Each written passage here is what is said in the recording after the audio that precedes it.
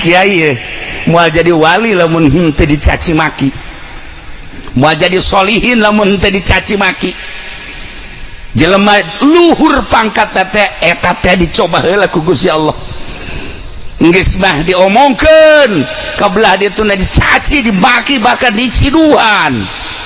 Lamun sarwana mau lulus ulah sarwana tenang gerak Allah kabeh keur dicoba ku Gusti Allah. Sungut-sungutnya na tapi eta titipan ti Allah, eta teh ngomongnya cimaki tenang ngagerakeun Allah. Gusti asanang Allah we tuh tenang bersyukur ka Gusti Allah. Tahan uji urang dicerekan, dicaci, dimaki, tingali Kangjeng Nabi, diseret segala rupa. Kangjeng Nabi datang ka diusir, luhur jadi rasul lupang mulia-mulian. Orang dicoba ulah ceri eta adalah batu loncatan atau keur dicoba ku Allah. Tenang je aing ditolak berarti kan keur dicoba ku Allah. Kajeng kukumaha ge ieu pamajikaneun aing berarti kan ieu aing kudu neuleuk ka tangkal korma, kudu berjuang ka handap heula. Ye guys neng kakak ditolak teu nyeri hati teu naon. Tenang neng, tidak akan kemana neng. Satu kali milik kakak tetap akan jadi milik kakak. Ye sok nanti ya ngaca. Kakak unggal poe geus ngaca bae. Ngaju kumaha rarasaan tatangga ge careurik kudu kumo kakak. Emang kurat tatangga ge nyencerikan kakak jore amat sih atuh kumo aing unggal poe mamawa hulu aing. Tetapi tetap neng tenang neng deuleu tangkal korma. Ulah waka nanyakeun kakak salila satahun nya neng nya bisa nu nanyakeun. Tenang neng berangkat langsung usaha hati-hati tet. Benang setahun Masya Allah datang ke dinya naik Fortuner. Si neng nanu nanya tihela kak kapendi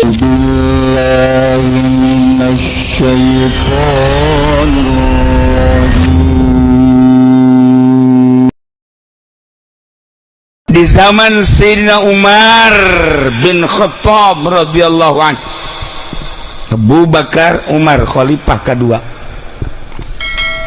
pernah terjadi krisis ekonomi. Numantak aya dongengna Sayyidina Umar teh nataan rakyatna. Di belah ditu teh aya sabaraha nu miskin, belah ditu aya sabaraha nu fakir, belah ditu aya sabaraha yatim piatu, belah ditu sabaraha rangda. Tuh asal ngadenge rangda we haja apeng ha. Kolot ieu mah je. Waduh. Masyaallah nu jompo. Tah. Tandang sorangan Sayyidina Umar mawaan terigu, mawaan gandum, mawaan roti, naon nu dibutuhkeun. Masyaallah. Moal aya tanding pemimpin model Sayyidina Umar radhiyallahu. Krisis sarua. Ndek kumaha teh krisis teh saat eta hujan teh turun. Urang mah banjir pan kuari. Perekonomian macet. Lantaran di berbagai daerah kurang subur jeung gontok-gontokan peperangan akibatna ekonomi krisis.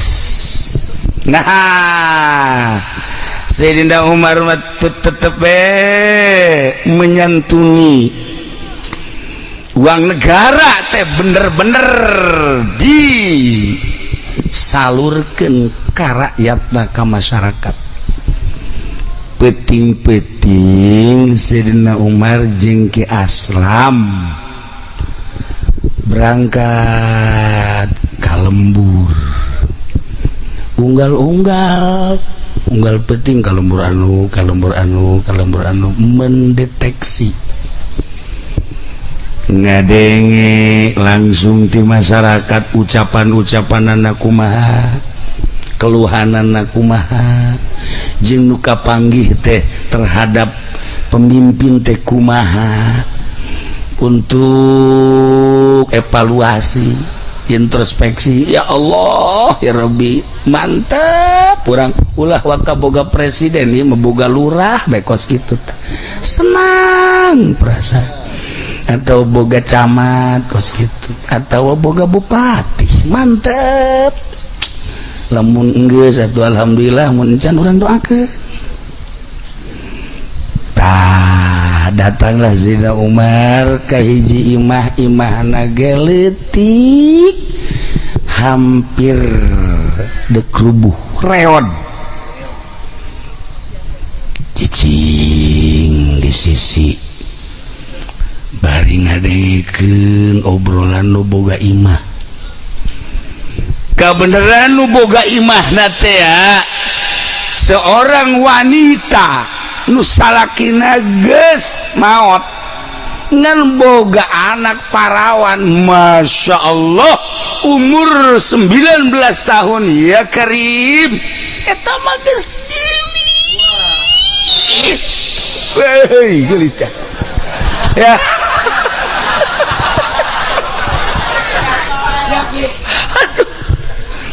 matana anu tajem teh bulu matana bentik hideung halisna ngejeler paeh ya Allah pipina ngadaun seur irung mancung ya Allah gadona endog sapotok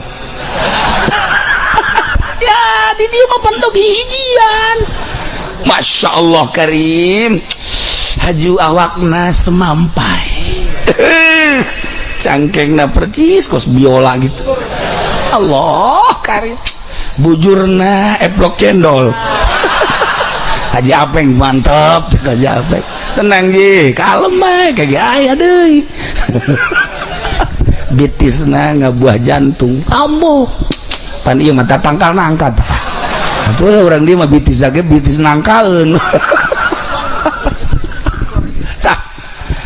kulitnya disebut putih lain, disebut hejo lain, disebut koneng lain. Ya Allah ya Rabb dah tamun boga pamajikan model kos gitu geus lah pokokna mah geus moal ka mamana geus bae moal ka mamana cicing badi imah teu hayang ka mamana ieu mah nu mantak haju ka mamana bae ge keur mah teu pati geulis galak deh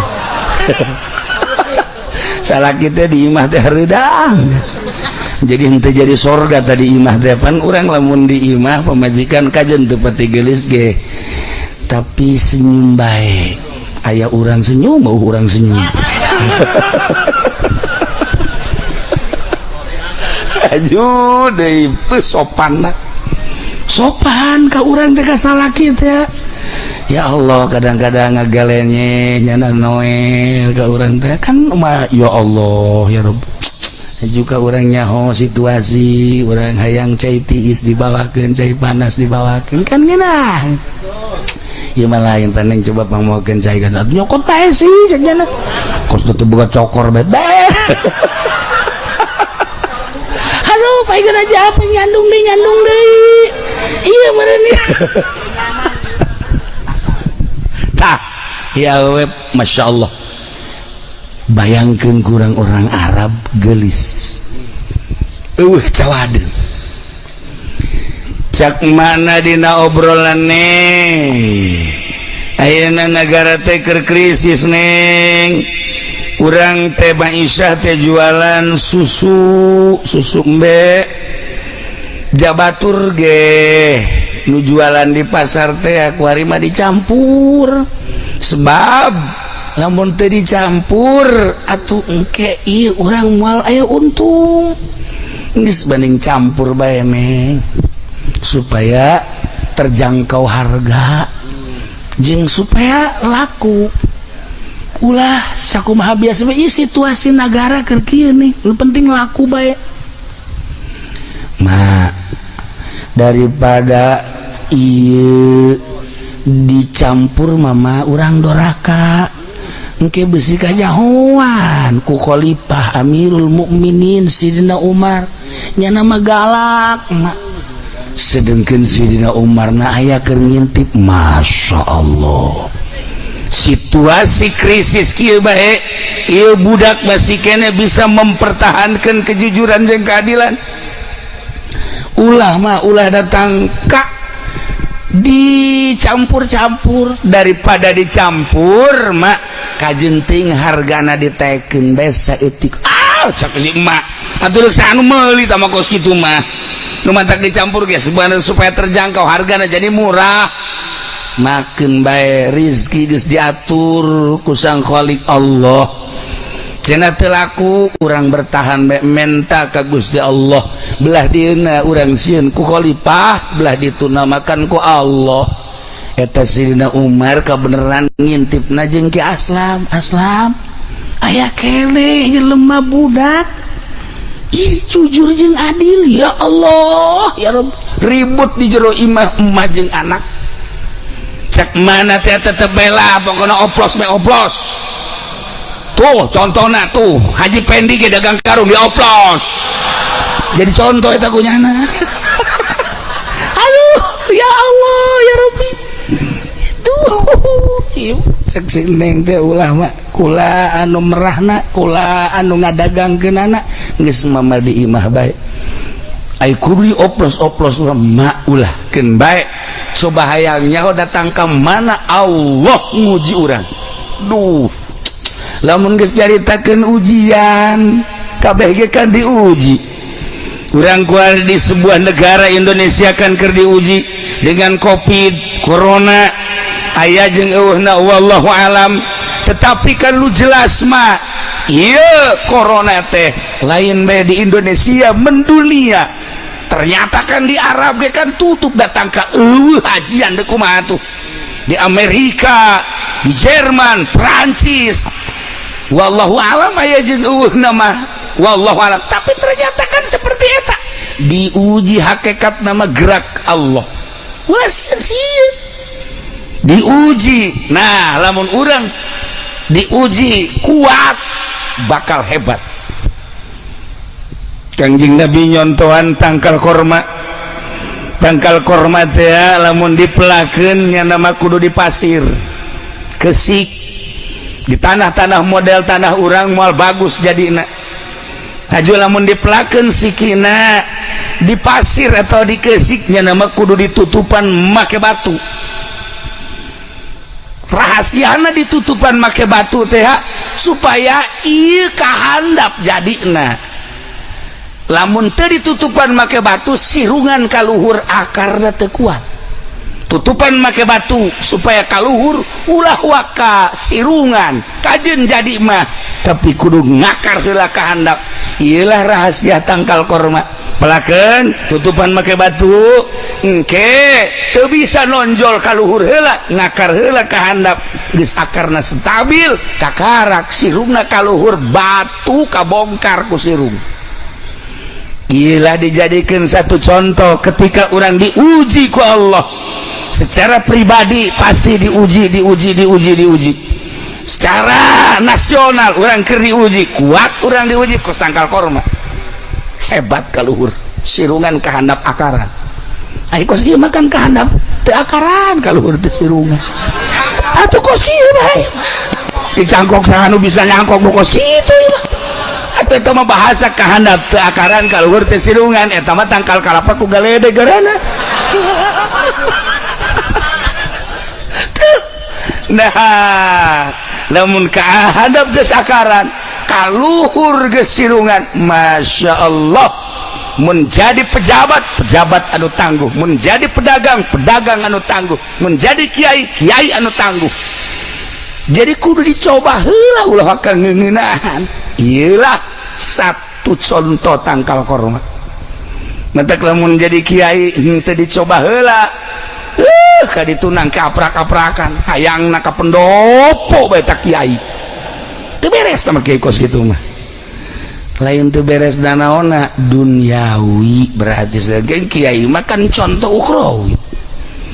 Nah iyalah para jamaah kaum muslimin wal muslimat rahimakumullah kurang dicoba seorang lelaki hayang ka awewe na gelis lalaki na banget perang ya ditolak lah eta ditolak ya ulah ceri eta adalah batu loncatan atau keur dicoba ku Allah tenang yang ditolak berarti kan keur dicoba ku Allah kajeng kumaha ge ieu pamajikaneun aing berarti kan ieu aing kudu neuleuk ka tangkal korma kudu berjuang ka handap heula ye guys neng kakak ditolak teu nyeri hati henteu naon tenang neng tidak akan kemana neng satu kali milik kakak tetap akan jadi milik kakak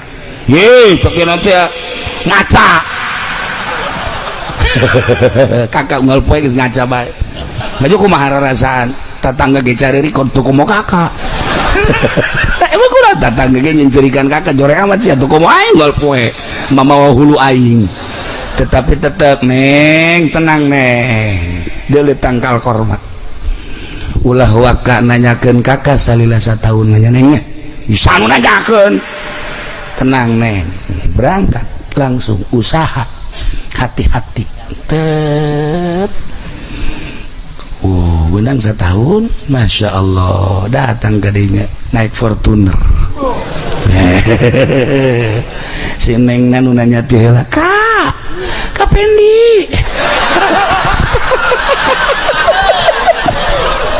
ya Allah jadi kasep kakak cenah ieu ya Allah ya Rabbi kok jadi berubah kos kakak ieu kakak tetap baheula mah jore kok gua rima ieu jadi kasep kieu kan meureun aya buntutan kene tante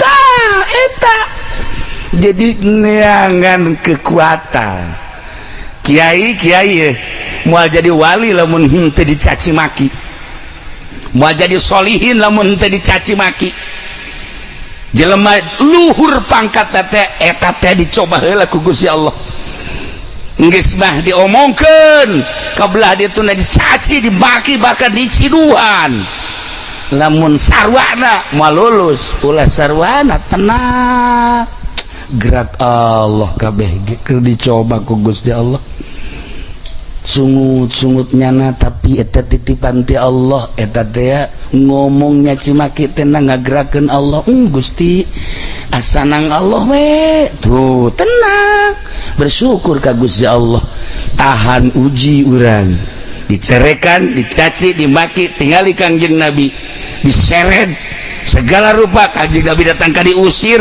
luhur jadi rasul lupang mulya-mulyan kalau menjadi kiai kakak dia omongkan doang kok saja pengen pikiaieun kan baheula nama itu sebenarnya pikiaieun ih kuari jadi garong Masya Allah terkuat uji ya tahan uji nah kabelah itu dan ke insya Allah ulah dideuleu Abuya Cadasari kuarina ulah dideuleu Mama Bakri kabelah dieuna ulah dideuleu Mama Gentur kapalih dieuna ulah ditingali Gus Dur geus jadina memehna dicaci maki dicawat tapi tahan uji karak ta eta teh batu ngaranna engke ngejungkel sorangan batu doh ya na ieu si awewe nu sakitu geulisna pasini jeung indungna mempertahankan kejujuran jeung keadilan emak mah tenang bae di imah kula anu ngadagangkeun ka pasar lain sieun teuing ka Amirul Mukminin tapi mak salila hirup urang di dunia moal lila mak diperhatikeun ku Sang Khaliqu Allah lamun urang hirup jujur jeung adil engke bakal karasa mah di akhiratna tapi lamun urang kuari gedebul gede bohong ngoplos jeung sajabana teh jujur engke kumaha dihareupeun Gusti Allah neng cak mana ene ieu neng boga ilmu ti mana asana neng hija teu ka mana tapi boga ilmu sakitu paharana tenang mak Amirul Mukminin selalu memberikan petuah-petuah asli nama ti Allah mak geus teu kumaha neng we cek mana cek Sidina Umar bari balik di jalan asram isuk maneh datang deui ka eta awewe selidik kok bisa hebat gitu mempertahankan kejujuran jeung keadilan makaning seorang wanita gadis deui tetapi begitu kokoh aya naon sih pada dirina lalaki ge hese mempertahankan kejujuran jeung keadilan komo awewe maka pan nafsuna aya salapan eta teh kadeleuna be isinan ge coba toel mun teu muka calana tama di situ di Belanda atuh kuari mangis ka urang tah ieu awewe salapan ieu urang lamun garitakeun krisis di Indonesia kuari ye geus sabaraha ratus keluarga wanita nu mentek cerai ka salakina gara-gara salakina kesulitan usaha.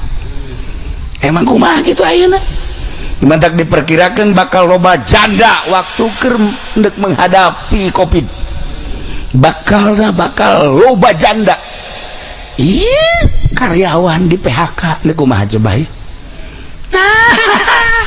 ya mantak cek Kangjeng Nabi aksiru min dzikri hazimil ladzat lobakeun eling kanu megatkeun kana kangenahan ya nek maut ayo maut masa sekaligus ninggalkan kangenahan anak iya ayo di kredit ninggalkan kangenahan teh di kredit urang kengenah imah tangga imah teger teu bocor tembok deui teu kahujanan teu kapanasan pemajikan urang sehat tiba-tiba bebeja anak kurang bah naon sanyo pae teu ngocor coba tuh rusak bah mulai tah jadi pikiran sanyo pae coba tuh tangan tukang ngomeanana mekanikna bengkelna tangan ka ditu eueuh bah arareueuh ku ari bah dia kumaha coba poe eta sapoe teu boga cai dua poe teu boga cai mulai tah kangenahan kurang hayang sugih nyieun kontrakan 20 pintu 30 50 wow stabil Masya Allah cokotan kurang duitna ngeunaheun kan alhamdulillahirabbil alamin jol Covid mulai cinglu perampingan nah NASA perampingan berbagai pabrik perampingan nah kalau arti kontrakan orang baraliknya nu 20 pintu tinggal 3 pintu korban PHK tinggal si bapak naweru goblok jadi tolol sih cek mana nolol saat sih itu mangkus kitu bae ceknya tuh kitu ge cenah listrik bari bayar bae atuh dibayar ge masalah da kamari mah untung lain kitu ceknya aja batur anu di PHK nya nu ribut kan korban tak ayo coba ayo deuk kumaha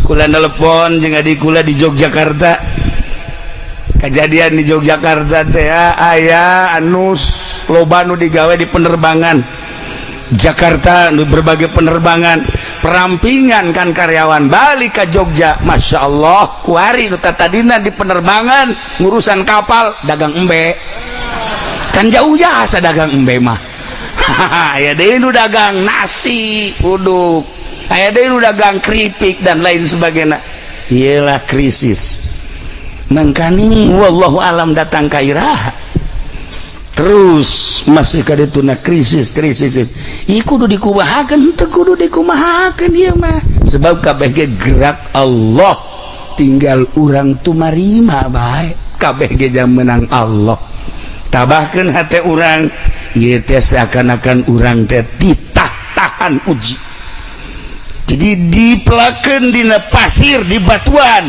engke ge batuna ngajungkel sorangan akar-akaran tah mudah-mudahan orang gabehan bisa ngakar sih emang geus ngakar teh heula mah coba ge buka akarna geus loba jasa ge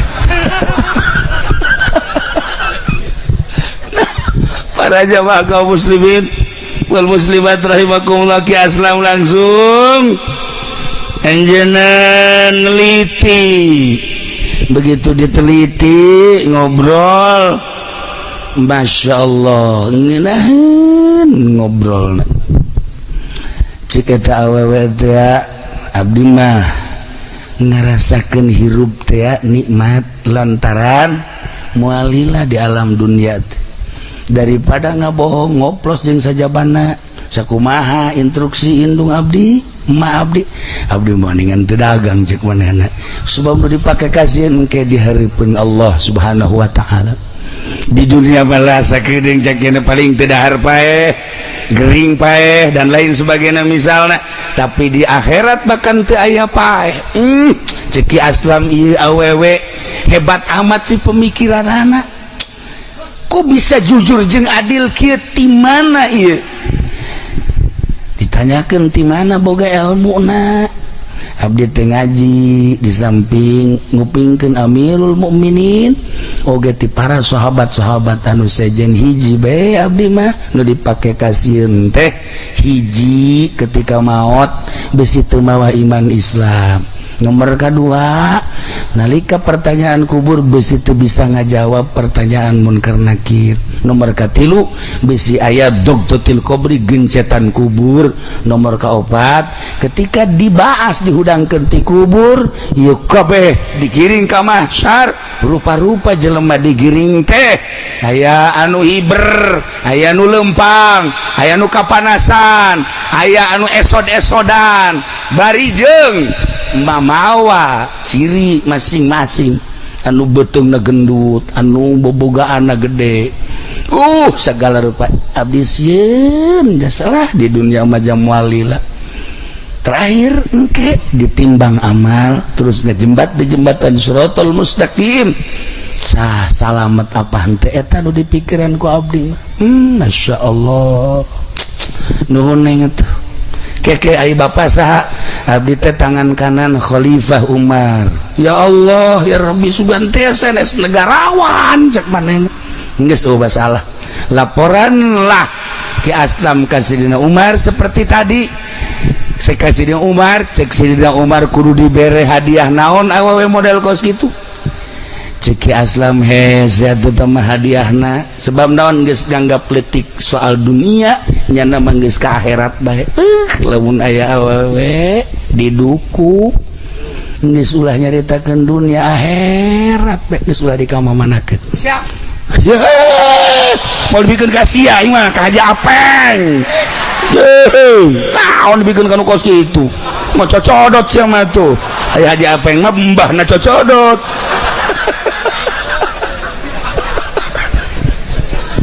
Ya kali. Nah, hese urang teh awewe teh ya Allah ya Rabb. Pas ini Ki Aslam jeung Sidina Umar teh urang bere naon hadiahna, lamun duit sabara dinar, sabara dirham, lamun emas sabara gram, jeung ieu teh lamun dibere bab so bangunan kudu kos kumaha bangunanana sebab hese amat ieu neangan awewe jujur jeung adil. Istikharah Sidina Umar ka Gusti Allahu Akbar minta petunjuk dek dibere hadiah petunjukna cek Gusti Allah Umar aing nyiptakeun wanita seperti eta teh sembarangan, eta teh piminantueun maneh nu kudu dikawinkeun jeung anak maneh jeung anak anjeun nu ngaran Asim. Masya Allah tuh langsung isuk-isuk Sidina Umar ngalamar ka dieu jang piminantueun anakna nu ngaran Asim. Kesimpulan nama atuh awewe teh bisa ngomong ku kumaha nya abdi nu susah ieu kudu dikawinku anak Amirul Mukminin. Masalah cek Sidina Umar kurangan sakadar ngaran doang Amirul Mukminin lantaran kula ge teu cinta jeung tersep kana dunia. Kula mah kana dunia teh geus tolak tilu, tolak tuki salasan. Sidina Umar mah geus nolak ka dunia teh geus teu hayang setik-etik acap. Ari si ieu mah pernah nolak ngan tolak hiji rujuk deui. Tuh, tolak mah kudu tilu atuh hidup nolak mah. Atuh kuari babalang batan neangan dunia per detik per menit. Beuh mun kuari paeh ieu mah disiksa jasa ieu mah ya. lantaran embungna karena dunia teh embungna hayang bae